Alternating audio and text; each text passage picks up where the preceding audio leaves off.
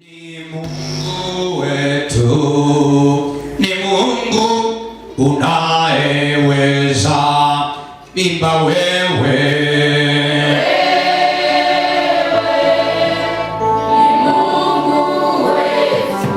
Katika jina la Yesu. Baba unaweza.